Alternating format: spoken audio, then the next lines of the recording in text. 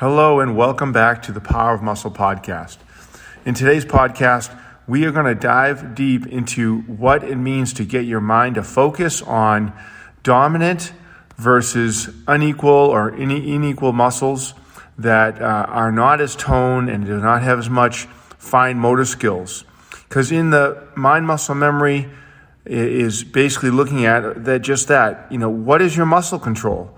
Do you have the proper stretch and flex and mobility of a muscle, or are you just relying on your dominant muscles to move you along and get the most out of your performance?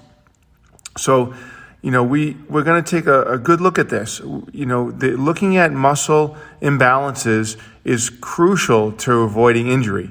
Crucial. It's a critical factor, and it's what's avoided most when you go to do your strength training or do your cardiovascular or HIIT training, even sometimes in your flexibility work and in trying to get better mobility with certain muscle bellies and everything. It's looking at, are you just going to your dominant muscles and doing the best with them, or are you taking a good evaluation of whether it's your elbow, is it the front or the back of the elbow, the biceps and forearm, or the triceps and forearm that are more dominant, and making sure that there's muscle balance in there, right? So that's what we're on the process of at the Power Muscle, is becoming a muscle equalizer. And you're on the path to becoming a muscle equalizer when you apply your focus.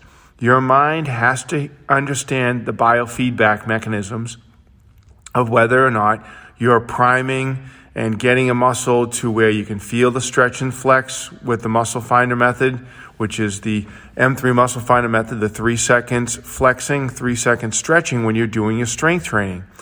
And this gives you an awareness that you're physically moving the muscle with good mobility, good control, and you're getting to remodel that muscle properly and not, stressing, let's say, the joint or the tendons or ligaments and things, but you're really making sure that you're applying the work into the muscle to get it to function at a higher metabolism. Because that is one of the main factors you're in this for, is to make sure your metabolism is fast all the time. And if we have muscle imbalances and you're just using your dominant muscles, you might be at half metabolism, right? You're not using the back of the arm properly to get the muscles to burn there and use the calorie burn there and the sugar burn there with your strength training, so you're not using that metabolic efficiency inside that muscle of the triceps, say, if you're just doing more dominant bicep work. So let's take a little bit more of in focus and introspection and look at the biofeedback methods that we want to use here. We want to feel that we can stretch and flex a muscle properly. We can move that muscle through its range of motion. But the second biofeedback is, do we feel that it's getting a burn in that area? Do we feel that we're utilizing that fast twitch muscle under resistance, doing our strength training, and making sure that we are burning the calories in that muscle belly? Now, if we're doing our cardio and we're doing the bike, or we're working, or we're taking a stride on a run, are we using all the muscle groups in that repetitive motion to use the slow twitch and fast twitch muscle? Of course, slow twitch, again, predominantly just going to be burning body fat that's in and around being fed to those muscles throughout the body systems. Or are you, going a little bit faster pace and using a little bit more fast twitch muscle, which is going to be using that glycogen or sugar burn, and it sort of burns up a bit faster, and you can feel that heat and the burnout happening in the muscles. So whichever one you're doing, you really have to focus on priming and alerting your focus, your mind. Your mind is your control center to make sure that you're listening to what your muscles are doing, to listen to the biofeedback, to make sure that the muscles are stretching, flexing, getting the proper fuel burn in them, so that you're making sure you're adapting those muscles and making sure that they're stimulated and working.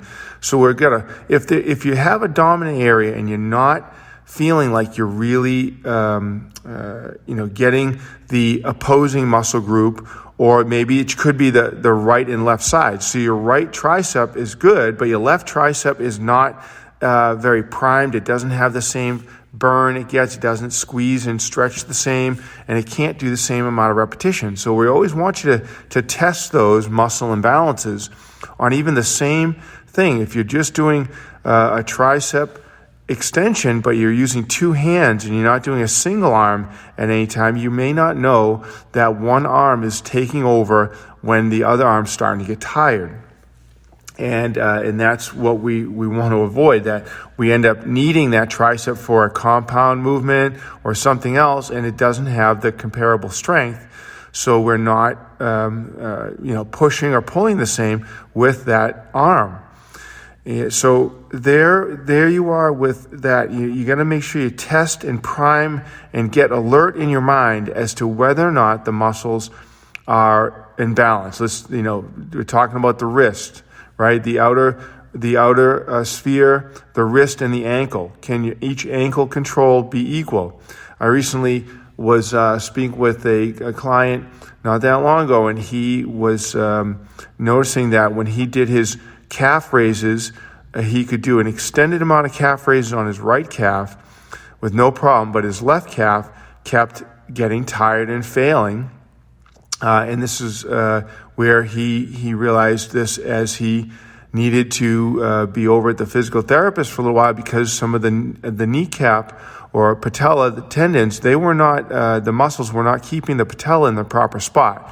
So he had a little bit of discomfort, and he went to the physical therapist for that extra attention to that. That's what the physical therapist found out about, making sure his patella muscles were keeping balance in there as well. So we even have these very small muscles that the workouts that we do not always get to equalize. If you're still feeling discomfort, you just need to go seek out somebody with some specialized physical therapy training to make sure that the small muscles are lining up your bones, your joints properly, and seeking from there to go on and use the big groups and balance and equalize everything from there.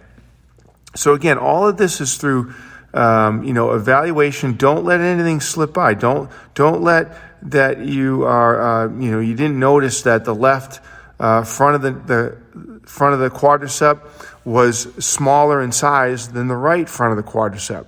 You can physically see sometimes that muscle imbalance as well. And that's really what we teach you here, is that making sure that you aware of all the understanding of how to make sure you don't have just dominant muscles, and that causes injury and causes muscle imbalance, but you become a full muscle equalizer.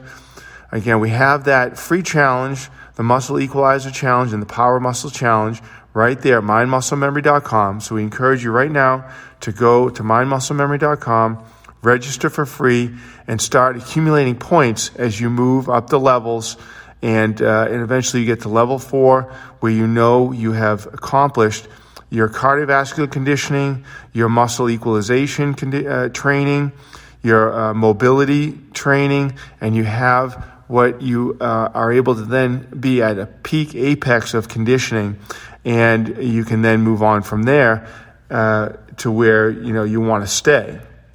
And so we really look forward to seeing you on the website and on our other social media platforms. But of course, always come back to this Power of Muscle podcast. Tell others about it and how much you learn from it and what you are going to be doing as you move forward, and really appreciate your muscles. And that's what we want to get you to and finish with here, is appreciate every muscle you have.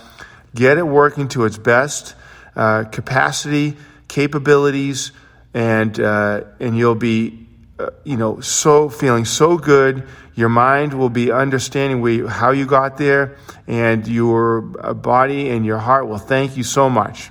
So again, we'll see you on the next episode of Power of Muscle. Look forward to seeing you then. It's Miles Betcha, CEO, founder of Mind Muscle Memory, and look forward to seeing you on the next episode. Thank you so much.